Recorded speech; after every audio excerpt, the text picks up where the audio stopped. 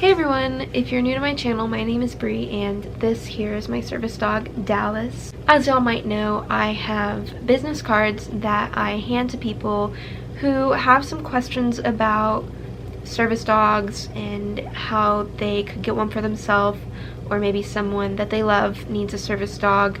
And I always want to help these people and give them information to help them do it the right way.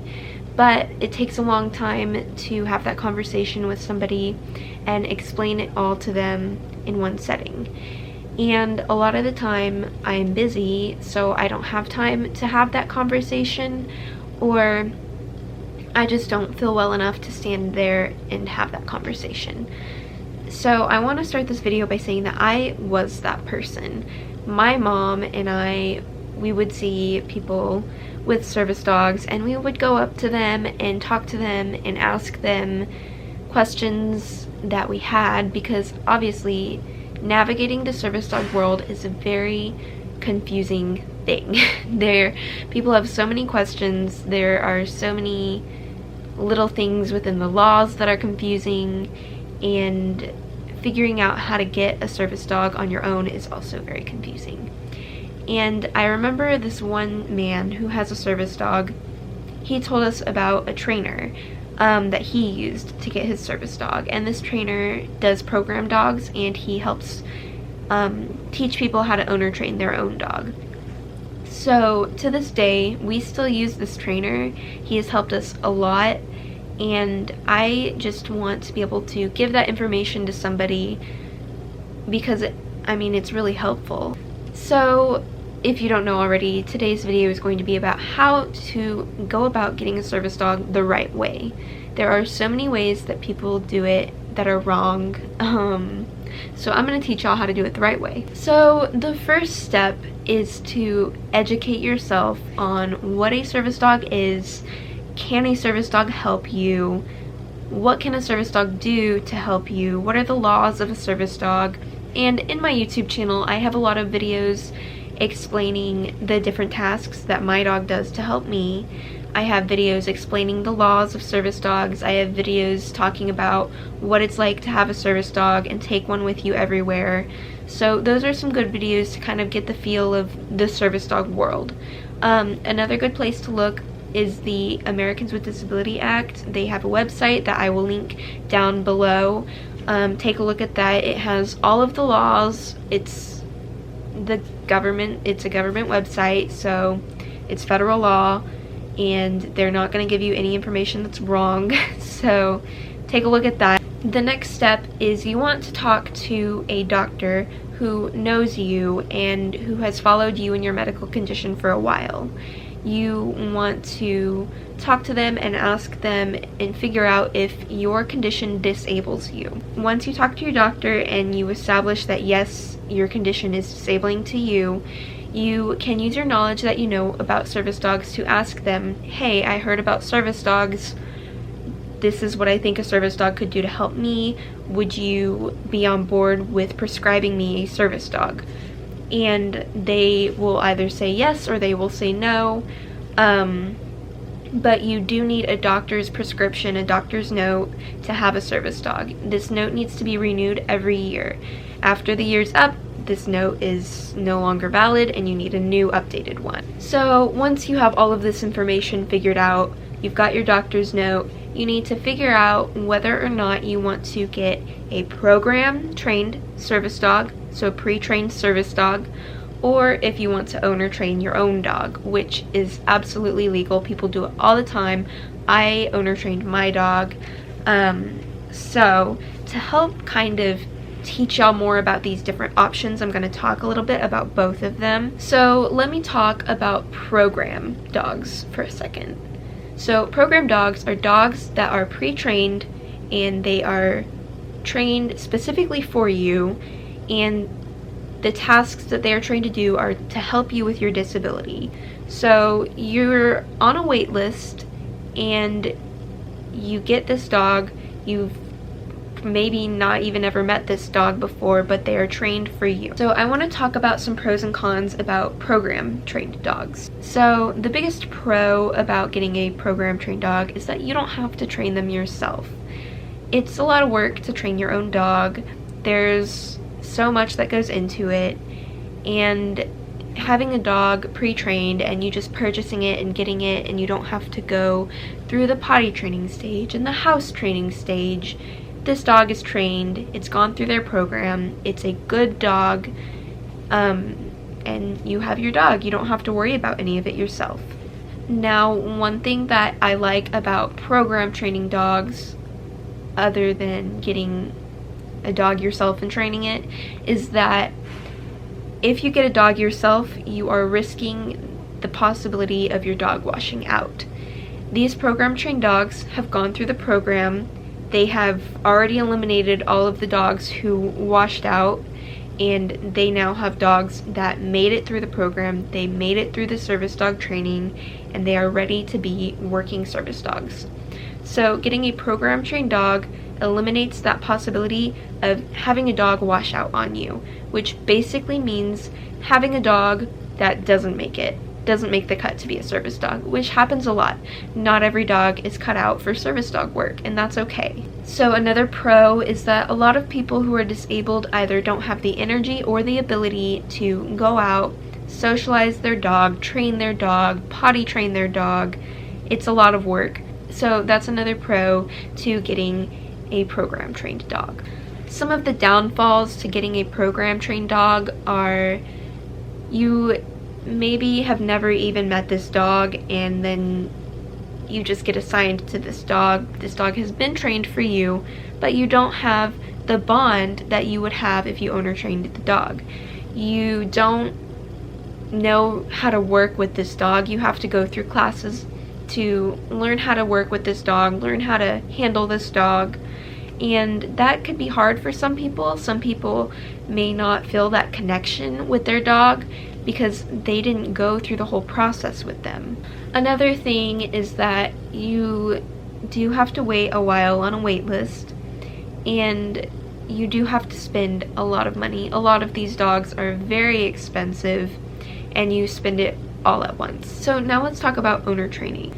So in different states, service dogs in training, or STITs, have different rights. So some states, like Florida and Texas, I know, STITs have the same rights as service dogs. So if you have a service dog in training, you are allowed to take this dog out into public, and people cannot tell you to leave unless your dog is out of control, just like a service dog. They cannot ask for any paperwork or vaccination records, nothing like that. They have the same rights as a service dog. In other states, service dogs in training do not have the same rights as a service dog, so it's really hard to socialize your dog and get it out in public to train when you don't have those rights. A lot of times you have to call ahead and you have to ask the facility that you're going to, hey, would you be okay with me bringing my service dog in training to work on some training? And they have the right to say no, but some of them do say yes, and that's how you have to do it in that situation, which is a lot harder. Some pros and cons about owner training. That was what I just talked about. There is a pro. Some service dogs in training have those same rights as service dogs. The con is that some states do not allow service dogs in training public access rights, which makes it a lot harder to train your dog. One thing is the work you have to put into it. You have to get up every day, you have to potty train your dog, you have to house break your dog, you have to train it every single day. A lot of people also have to put in a lot of money for classes for their dog, behavioral classes, training classes. Vet bills are expensive for a puppy, and you have to take care of all of that. And I think the biggest pro to owner training is that you get your dog when it's a puppy, and you bond with your dog, and you get to know your dog's behaviors, and you know how to work with your dog. And I just think that you really get a special bond with your dog right away when you owner train, and I think that's very important for people who have service dogs. So your next step in owner training is that you want to find a credible breeder. You want to find a breeder who breeds for health and temperament. It's really good if you can find a breeder who breeds working dogs. Some programs do have breeding programs that you can actually purchase a dog from their breeding program and train it to be your own dog. Those are really expensive. You do not want to do what I did. I went to a first-time backyard breeder and it worked out so amazing for me. I got so lucky with Dallas, but most of the time, if you get a dog from a pet store or a backyard breeder, your dog has a higher chance of washing out because of temperament, because of health. So even if you do find a breeder, you still probably are going to be on a waiting list. And that's okay. Be patient to get a good quality dog. This dog is your lifeline. You want to be patient with it. You want to find the right people to give you this dog. So then when you get your dog, you have to potty train it and you have to house train it. Those are your first major things that you want to do. Once your dog's potty trained, house trained, and it's old enough, you will want to put your dog into puppy classes. You want to build a good foundation for your dog. So you want to teach it the basics, you know, sit, down, stay, basic training. You also want to socialize your dog. This is a huge thing. Service dogs need to be comfortable in all kinds of situations. So when your dog's a puppy, you probably don't want to take it out into public right away. You probably want to take it to pet-friendly places where it can run into other dogs and be around other dogs. Let people pet them, let it get used to people touching them and petting them, because it's going to happen all their life and they need to be used to it. They can't get jumpy or get scared. So once your dog has had its behavioral training and it is well socialized already, then you can, depending on your state's laws, you can take it into public and do training, because you do want your dog to know how to sit and down and stay in a public place as well as at home. You have to retrain all of these different obedience skills in different areas. So after your dog's well socialized, you have a good foundation with obedience skills, you want to find a credible trainer. You want your trainer to have experience training working dogs. This trainer is going to teach you so much. It's going to teach you things that you wouldn't even have thought about, but there are certain things that working dogs need to know that pets don't learn. So it's a really good idea to find a trainer to help you with that and to make sure you're just on the right track and make sure that your dog's on the right track. You have to remember, with owner training, every dog learns at a different pace. Some dogs learn super quickly, some dogs take a little bit longer, just like people do.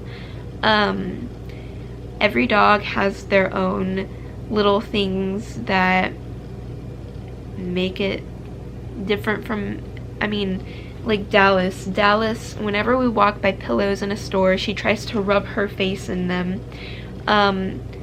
And I don't let her, I have to correct her. But every dog has their little, quirks that make them unique, and that's okay. You just have to love them for it and correct them if it's not a appropriate behavior in public. So that's all I have for y'all today. Just make sure you do not go online and purchase a registration or certification card or paperwork for your dog.